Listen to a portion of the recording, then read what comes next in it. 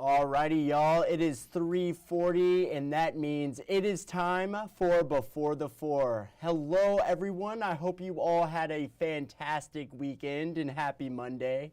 It's digital host A.J. Wuest here, welcoming you back to, of course, Before the Four, the live stream where I go through some of 48's top news stories and then some before our 4 o'clock newscast. I say it every day wherever you're watching Before the Four this afternoon, whether it's on Facebook, YouTube, or the 48 Now live stream. As always, thank you so much for watching and spending just a bit of your afternoon here.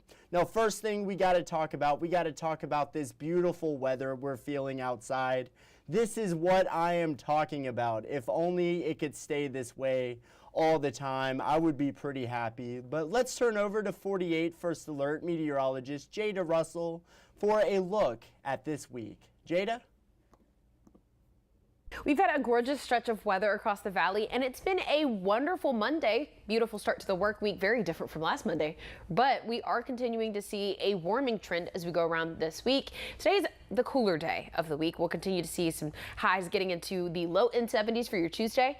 And as we go through Wednesday and beyond, we're expecting to see some near record level temperatures. 77 is where we'll sit by Wednesday and Thursday, but typically we're usually around maybe the lower end in mid 60s by that point. So rain chances will also increase getting into the back half of the work week. The expectation with that, though, is that we're going to see some slight showers well into Tuesday evening. This is almost nearly 10 and 11 o'clock, getting to midnight on Wednesday. Then as you go through your Wednesday, we're expecting to see rain chances early in the morning. Thursday and Friday are going to be the bigger rain makers. We're waiting on some consistency for Thursday with our models, but Friday looks like it's going to be some showers that are on and off throughout the day. But still, bulk of the rain, though, is going to be farther north from our communities. We're expecting to see rain chances throughout most of the weekend ahead as well, even getting into the holiday week. Looks like we may possibly dry out by next Wednesday and Thursday. Possibility for some slight showers every now and again, but we are still waiting for Thanksgiving to get into that 10-day forecast. We'll have that for you tomorrow, but for the rest of our Monday, nice, beautiful, and clear, and I'll send it back over to AJ. Well, all right, we heard it here, 77 on Wednesday. Hard to believe it is November with those temperatures for sure. And you guys already know the drill, 48 First Alert Weather Extra. Again, that is tonight at 9:30. Of course, you can watch that wherever you're watching Before the Four this afternoon.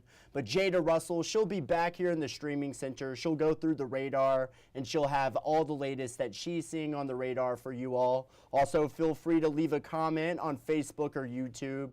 Jada Russell will see those comments, and of course she will shout you out. So any questions, comments, concerns you might have, feel free to leave them in the chat, and Jada Russell will work to find that answer for you. So just not going to want to miss it. 48 First Alert Weather Extra. But now moving out to the city of Madison, where its police department will now get new drone equipment and further enhanced training for officers thanks to a new grant from Norfolk Southern. Now earlier, the railway company presented Madison with a $15,000 check to make this expansion a reality. And of course tonight, 48's Callie Neese will be reporting on authorities using this equipment to solve cases. Today, she's speaking with officials at the Morgan County Sheriff's Office on how the technology helped find two missing teenagers lost in the woods earlier this month. So make sure to stick around for our evening newscast for that incredible story. But now let's move over to a story in case you missed it over the weekend. On Friday, new vending machines were installed at the Bridge Street Town Center here in Huntsville.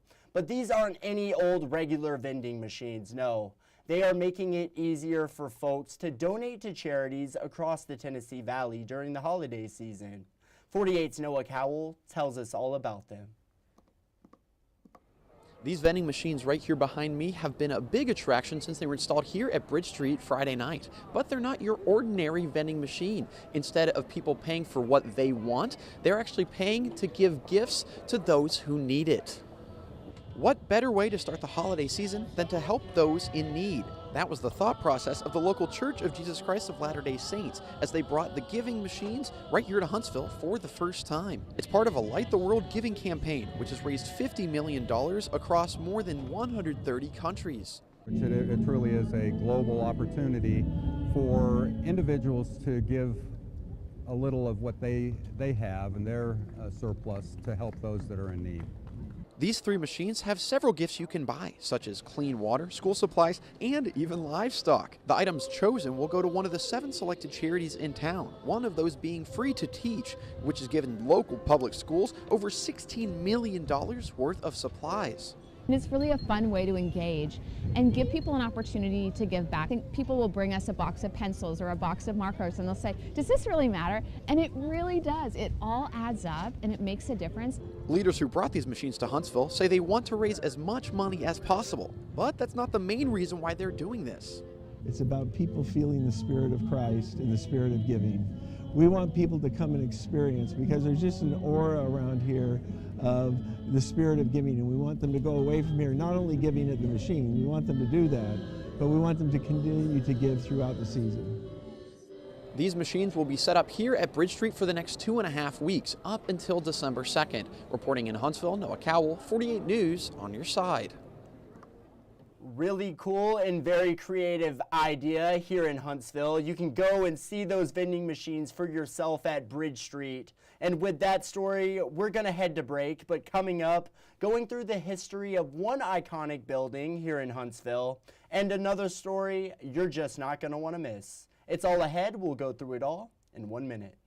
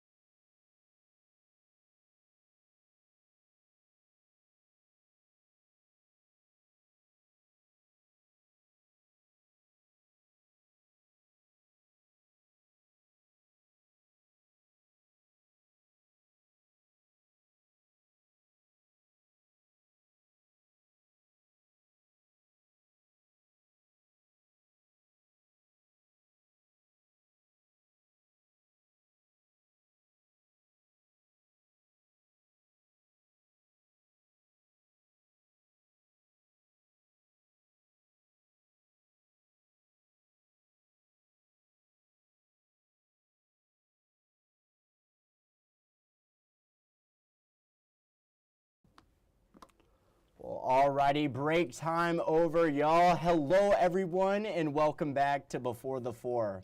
Now, let's turn back the clock a bit and talk a little about the history of one historic mansion here in Huntsville.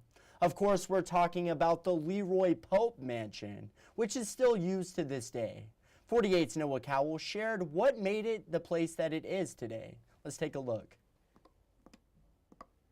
To get a glimpse into Huntsville's beginnings, you have to go all the way back to 1814, when Leroy Pope purchased land and founded Twickenham, the town that eventually evolved into Huntsville. That land became the site of Pope's personal mansion, a home that is still in use today and considered one of the oldest brick mansions in Alabama. It goes by many names now: Poplar Grove, Eccles Hill, and the Leroy Pope Mansion. During its early years, the mansion held parties, funerals for soldiers, and it even briefly housed one of Andrew Jackson's adopted children. Carter Eccles has thoroughly studied the history of this home because she is a descendant of it. After Pope died, his son sold the home to Charles Hayes Patton, her great-great-great-grandfather. From there, her family, full of settlers from Madison County, lived there over a span of 150 years. The family branched off in several directions: the Pattons, the Burns, the Eccles, the Hobbs, and the Spraggins. Each of those has streets bearing their name across town. There weren't a lot of families. This was the beginning of the settlement of Madison County. And they were all married, and this house had the connections with a lot of those key families. And I'm just blessed to be descended from them. Eccles says once her family moved in, they found 4 letters addressed to Leroy Pope from Andrew Jackson during the Creek War. Letters that are still in her possession today. The homes and cemeteries give you lots of information, but they also let you imagine life then, in a way. You know, these are things that bring history to life. Many others over the years have worked to preserve this home in hopes of allowing Huntsville residents to see the story it tells of our past as we continue to make our own stories in the future. We can look at it rather than just talk to people about it. You can get lectures, but if you can see it, feel it, touch it, it makes a whole lot more sense. That's one of the reasons that Williamsburg, you go to Savannah, you see history there. You're in Huntsville, you can see Huntsville history right here. Reporting in Huntsville, Noah Cowell, 48 News on your side.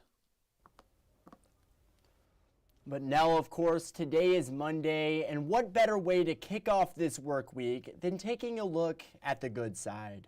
And today we're heading out to New Orleans, and with this story, it's very much a part of the landscape of the city, as the perfect po' boy, a hot beignet, or some home-cooked gumbo. The city's iconic ironwork feeds the senses, just like its legendary food. Dave McNamara introduces us to a blacksmith, fueling a fire for his work for generations to come. Let's take a look.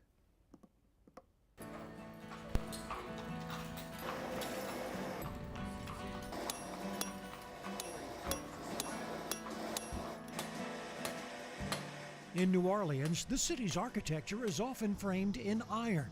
Centuries of old balconies, fences, and gates that survived fires and hurricanes.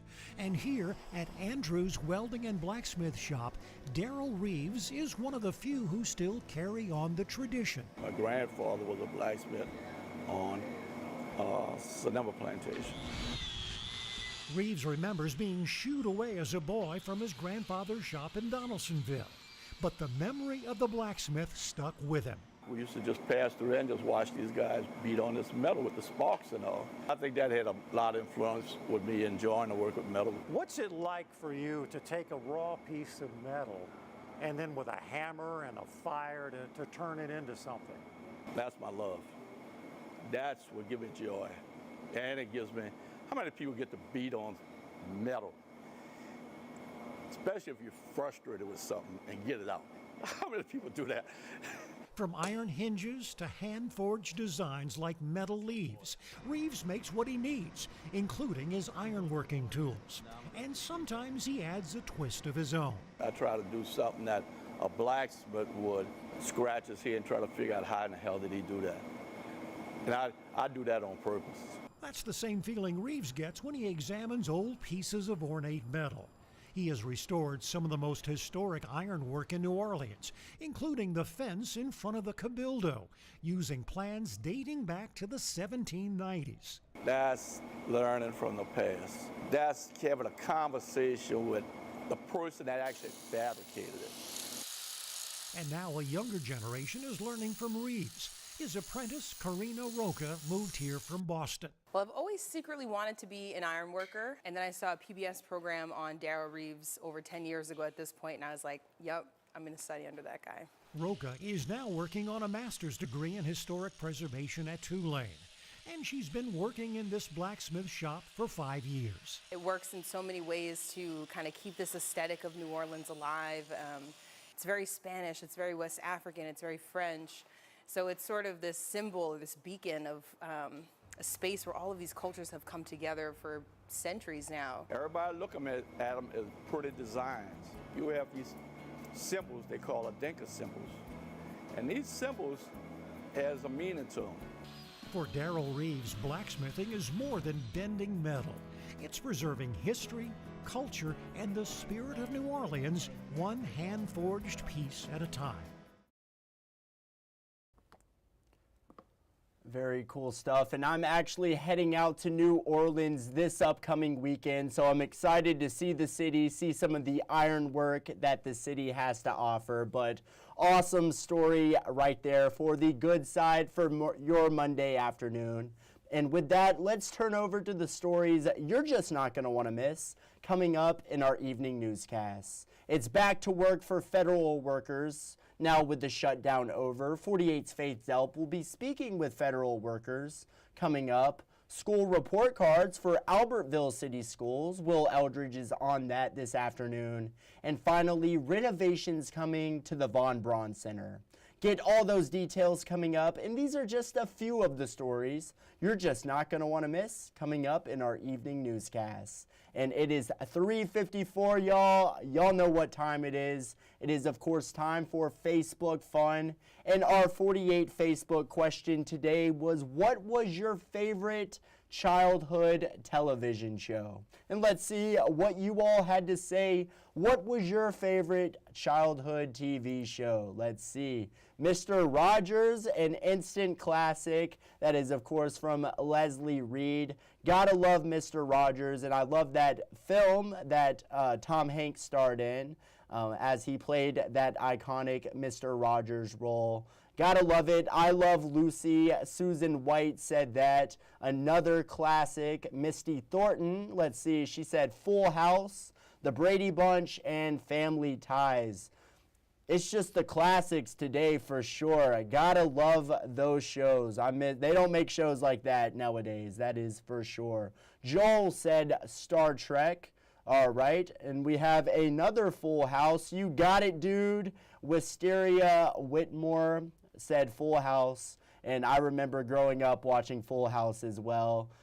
Like I said, they just do not make TV shows like that nowadays. And I grew up in the era where I was watching it on Nick at Night. There was always Full House, George Lopez, all of those iconic shows.